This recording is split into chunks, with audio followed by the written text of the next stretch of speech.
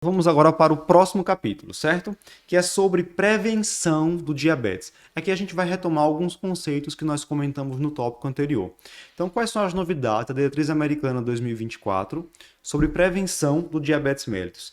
E aí, Luciano, aqui retorna a questão de identificar precocemente o paciente com diabetes tipo 1 pré-clínico, que tem anticorpos positivos, porque a recomendação da ADA para esses pacientes seria fazer hemoglobina glicada a cada 6 meses, TOTG anualmente, para identificar o momento em que esse paciente passa de um estágio 1 do diabetes, que é só um anticorpo positivo, para o estágio 2, em que ele já tem desglicemia. Né? E, obviamente, é um paciente que em breve poderá evoluir para a fase clínica, que é o estágio 3. Exato. Seria essa questão dessas evoluções, né? Lembrar aí, para quem está aí clínico, pré-clínico, pessoal que esmiuçar um pouquinho, né?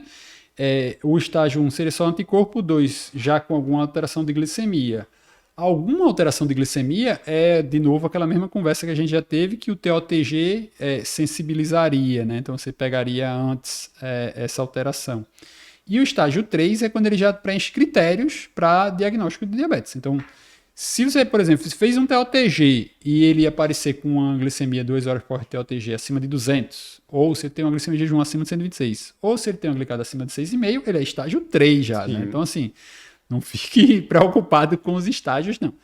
E aí tem aquelas taxinhas que ele coloca em relação à evolução, né? Então, estágio 1 tem uma chance de 45% de evoluir em 5 anos, estágio 2, 60%.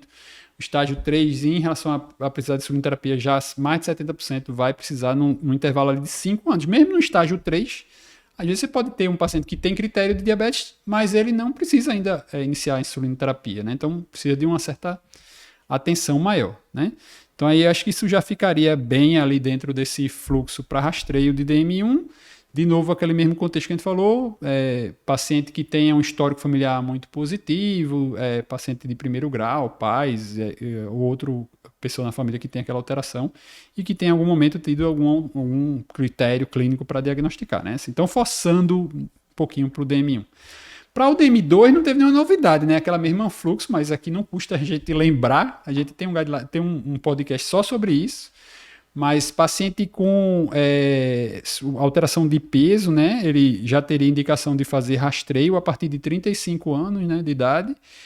Abaixo de 35 anos, se ele tiver obesidade grave, ele precisa fazer, ou aqueles outros fatores de risco, né, se tiver um histórico familiar muito importante, se tiver doença cardiovascular e tal. Então, abaixo dos 35 você já rastrearia para todo mundo, né?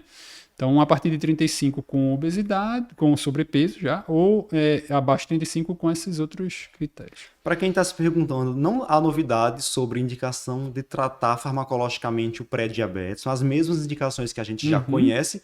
Inclusive, ele manteve um ponto que me deixou em dúvida ano passado, que ele traz as indicações clássicas, né? Menor que 60 anos, IMC maior que 35, história de diabetes gestacional. E lá embaixo, depois ele fala que pacientes que têm no TOTG uma glicemia de 2 horas entre 173 e 199 também tem que ser abordados mais agressivamente, digamos assim, mas não deixa claro se isso seria começar tratamento farmacológico. Porque também tem aquele glicemia de jejum acima de 110, hemoglobina acima de 6. Todos esses dados aí são baseados no DPP, né? Assim, que é o grande estudo em relação à prevenção. E a gente sabe que o TOTG é alterado, não só pela sensibilidade, mas ele também está relacionado ao benefício com o tratamento do pré-diabetes, né? Então, talvez fosse o principal parâmetro ali que mostra risco de evolução para diabetes, né? Cai no mesmo cenário que a gente está discutindo até agora sobre ele, né? Na prática, isso é algo que eu já faço. Se o paciente vem nesse TOTG, glicemia de 2 horas mais alta, mais próximo de 200, eu costumo indicar tratamento com metformina.